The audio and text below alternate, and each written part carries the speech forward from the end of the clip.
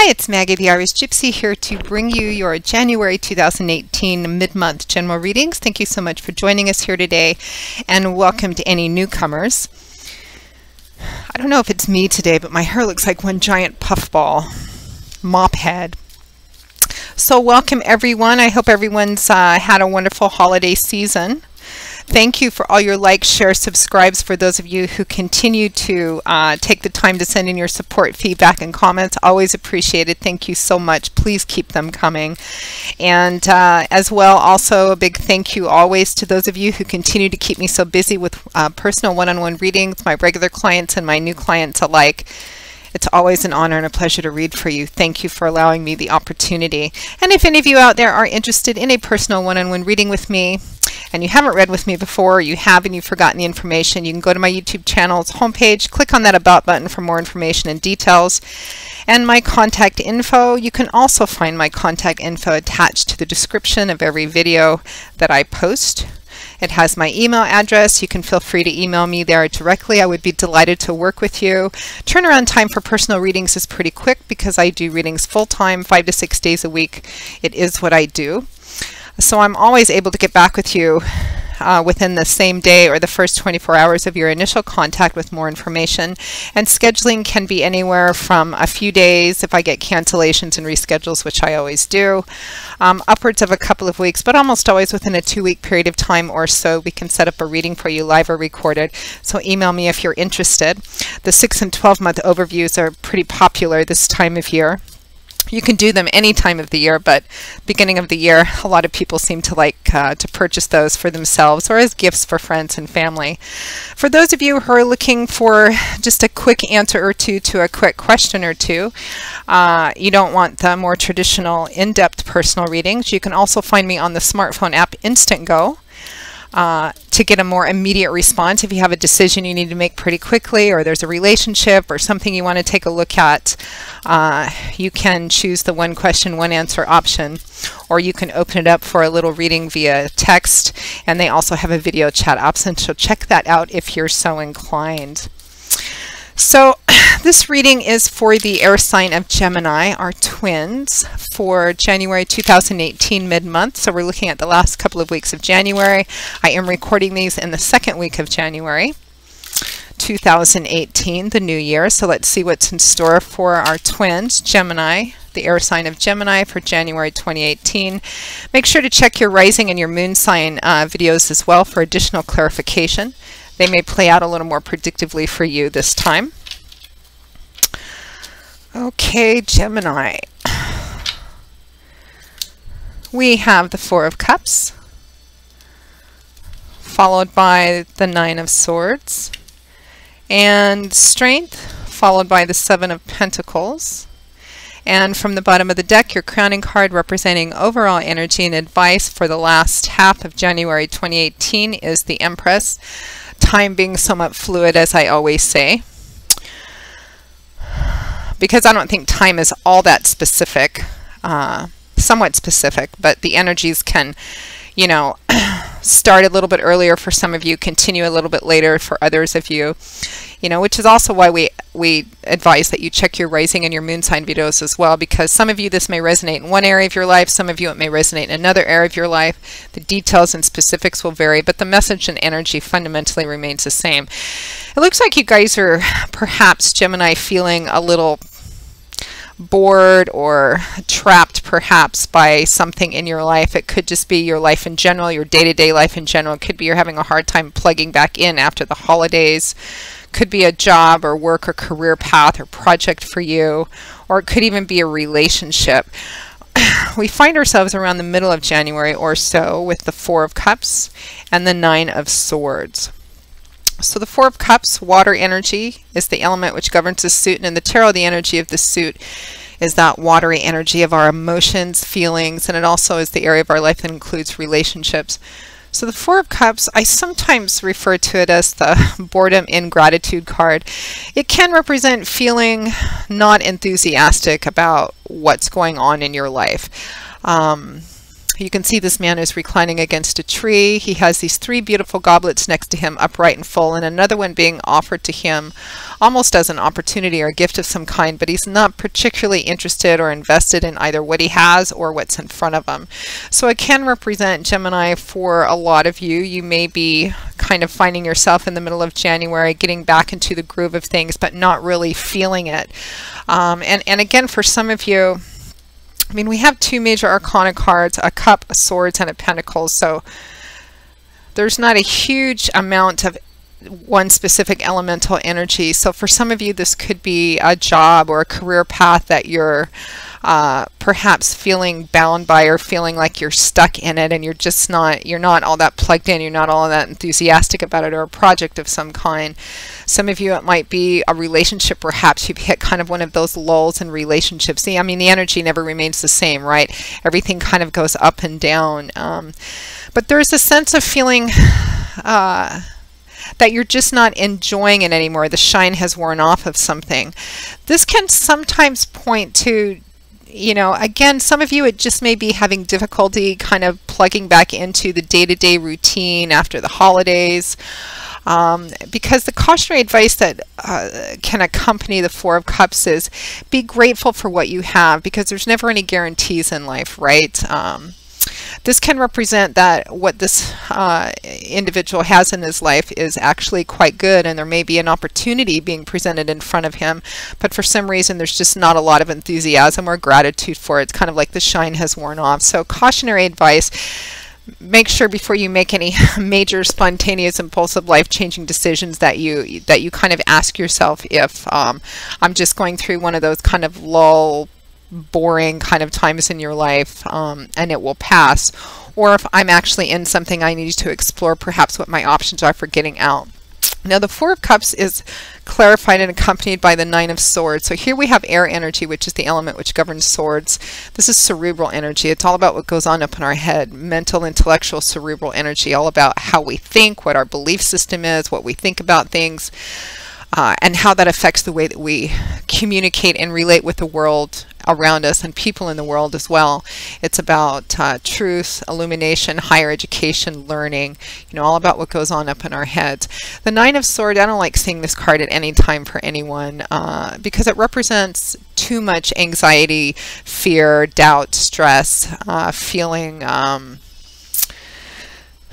this is kind of a card of overthinking it, maybe thoughts going around in your head over and over again. Perhaps it's interfering with your ability to sleep. It's the staying up late card. Everyone else is probably sleeping, but she's not.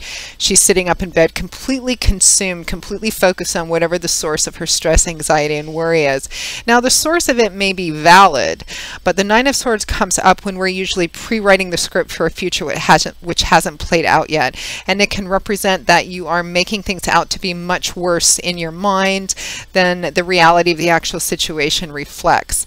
And the little owl sitting on the windowsill here, owl being one of those universal symbols for wisdom, insight, clarity, and answer or solution, can also represent that it's not as bad as you think. There may be, you know, a solution, a path, a bit of wisdom and insight, but you can't see it because you're just completely kind of focused on the negative of the situation. And it's a card I often see come up when people are really stressed out and anxious about something in the future. You know, they're future tripping, as my oldest daughter would call it. What if this happens? You know, what am I going to do if this happens? What am I going to do if this doesn't happen? You know, really stressing and worrying about things that actually haven't happened yet, and to the degree that you're actually making it much worse in your head than it actually is, even if the source of it may be valid. So again, a lot of you, it looks like we're around the middle of January or so, Gemini, you know, maybe feeling like you're stuck in something that you're just not feeling it anymore. You're not feeling particularly plugged in by it. And this may be a source of stress for you. You may be thinking, you know, I want to get out of this thing. I want to get out of this job. I want to get off this career path. I'm not feeling fulfilled or excited or enthusiastic about what I'm doing on a day-to-day basis, or the relationship that I'm in. Or it could just be, you know, whatever you do in your normal day-to-day routine, you're just feeling kind of like you don't want to do it anymore. And this may be a source of stress and concern for you. So be vigilant against that energy. This is the kind of energy, this Nine of Swords energy, which keeps us kind of immobilized, stuck. And the most successful tool to fight that with, and the most successful way to battle that, is actually with practical logic. Okay, if I'm worried about this happening yet, well, it hasn't happened yet. You can only plan for so much. Now, after that, around the time period at or towards the end of January 2018, we have the energy of strength and the Seven of Pentacles. Now, for a lot of you, especially looking at your crowning card, the Empress, which is about fertility, which is about the time to start planting a new crop, starting new things, new projects, and really taking an honest look at where you are, and if you're not happy with it, why, and what changes you can make. I feel like for a lot of you, it may be time to start looking at what your options are for beginning something new, particularly in whatever area of your life this, I'm not feeling it anymore, is kind of manifesting in.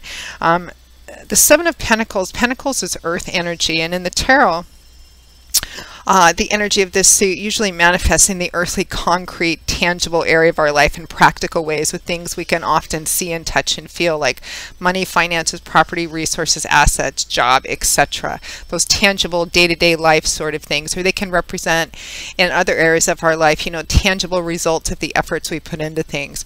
The Seven of Pentacles is a card of reflection and assessment. 7 is the number of reflection, assessment, motives, motivations. It's harvest time on this card. And this woman has put the effort into growing this crop. She planted the seeds, she nurtured them, watered them, pruned them, did everything she could. The fruit is grown, it's time to pick it. But she's pausing for a minute before she goes in and grabs everything, because she's asking herself, she's evaluating, did all my efforts pay off? Did I get what I wanted to get out of this? Did I get less than I anticipated? Did I at least break even? Did I get more than I anticipated? Is it worth picking and continuing the same crop? Do I need to make some changes next growth season? Do I pick it and leave, or do I just leave and start something new somewhere else? So it's a card of taking a look at basically what you have in the here and now, in whatever area of your life this is resonating in. And again, for some of you, it may be job, work, career, whatever projects, big projects that you're invested in. It feels like you're just not really plugged into it anymore, and you're being asked to kind of take a step back and take a look at it. What have you invested in this? Do you have a lot invested in this? If you're not happy in this area of your life, why? Are there changes you can make and stay and continue? Is it time to make new changes? Is it time to walk away and start something over fresh?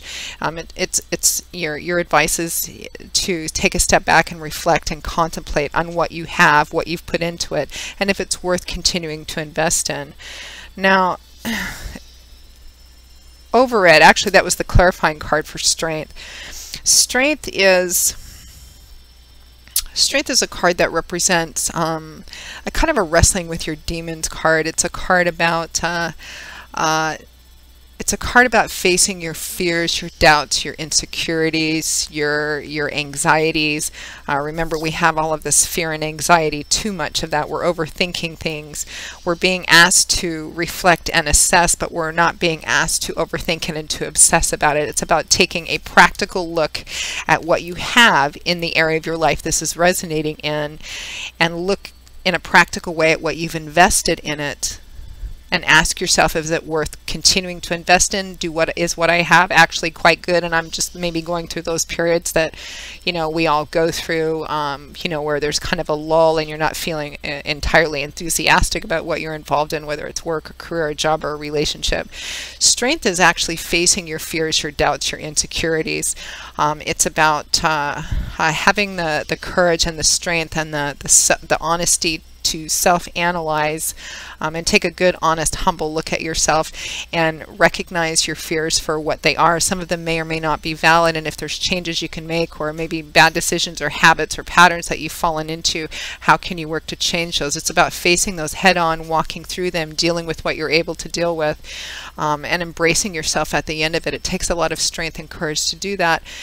But you gain a lot of strength and courage and wisdom and insight from doing that as well. This entire process, that's what strength represents. And strength is over the Seven of Pentacles. This was its clarifying card. So it's about having the courage to kind of take an honest look at whatever in your life you're dissatisfied with, because it looks like it's time for new beginnings in your crowning card, which is the Empress, which is all about fertility. Sometimes it can represent literal fertility, pregnancy. But it's usually, what is fertility about it? Fertility, if something is fertile, if you look at nature, planting, growth seasons, fertility means that the time is right to plant the seeds to start something new. It's not completion energy. I mean, we plant a seed in the ground and we cover it up and we don't see anything at first. It doesn't, all the progress that's going on, it's not, all the germinating is not visible. It's happening underneath the surface. Fertility represents that it's the right time, the right atmosphere, the right season to plant seeds and begin to nurture them and take care of them so that they can grow to their full and proper manifestation and end up giving back to us down the road. So that when the Emperor shows up, it's often a green light for beginning new things, new projects, new jobs, new relationships, new courses of learning. It's the go sign, the green light for beginning something new. So again, a lot of you are kind of in this phase where you're just, the shine, the enthusiasm is out of something and it's causing you a great source of stress. You're just not feeling happy and fulfilled. But there's somehow you're feeling kind of stressed out. I feel like some of you, the advice is to take a step back and take an honest look at it. Face whatever your fears, your doubts, your insecurities are about it, because it looks like, it kind of feels like the suggestion is that it may be time to either start something new or figure out how you can inject some new energy into into your job, work, career path, project, or your relationship perhaps. I always want to caution in when I get these kind of feelings that it's not, this is not advice for you to, okay, I'm not feeling it anymore, so I'm just going to dump everything and kind of run off and start something new. It may be time to walk away from something and begin to plant the seeds for something new. But what you're being asked to do over the last half of January, Gemini, is to take a step back and look at what you have. If you're not satisfied, if you're feeling dissatisfied and not fulfilled, why? What are your fears and anxieties? Are they real? Are they valid? Are you just going through kind of a dull time right now, just not feeling kind of plugged into whatever this is representing for you? Is this something that you're just going to get through? Are there changes you can make and continue to invest in it? Or is it time perhaps to start exploring your options for a completely new beginning? So that's kind of the advice and the energy and the focus over the last half of January, which pretty much wraps up your January 2018 mid-month reading, Gemini. I hope that you found it helpful, useful. It looks like the last couple of weeks of January are kind of contemplative for you. I don't feel like you're being asked to make any major decisions, nor should you. Again, the specifics and details are going to vary because it's a general reading. There's so many of you watching, but the energy remains the same. Have the courage to take an honest look at the areas of your life that you're not satisfied, that you're not happy with, and ask yourself why. Or have you been doing everything that you can in those areas to make them fulfilling and worthwhile for you? If not, what changes can you make? Is it time to explore new beginnings or finding a way to inject new life and new passion and new enthusiasm in your job, in your career path, in your spiritual path and your relationships, etc. And it's going to vary. The outcome of that's going to vary, of course, depending on who you are and what's going on in your life. So Gemini, that pretty much wraps that up. I will see you all again in a few weeks for the February 2018 general readings. Again, if any of you are interested in a personal reading, click on my YouTube channel's homepage on the About button for more information and details. Please feel free to email me directly at Maggie1McGuire@gmail.com. I would be most happy to work with you. And for quick answers to quick questions, if you're just looking for a short little quick read on, you know, a one or a couple of different things, you know, you're not looking for the longer, more intensive reads, you can find me on the smartphone app Instantgo as well for a more immediate response and have a short little read that way via text or video chat option. So I will see you all again soon, Gemini. I hope and always wish for the best for you, all the peace, happiness, and blessings in this beautiful new year. And I hope to see you back here again soon. Take care. Bye-bye.